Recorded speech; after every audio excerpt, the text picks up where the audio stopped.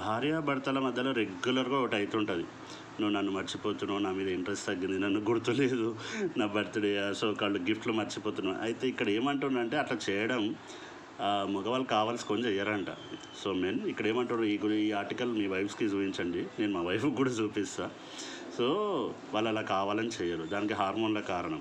ఆ రీజన్ ఏంటంటే hippo campus అంట.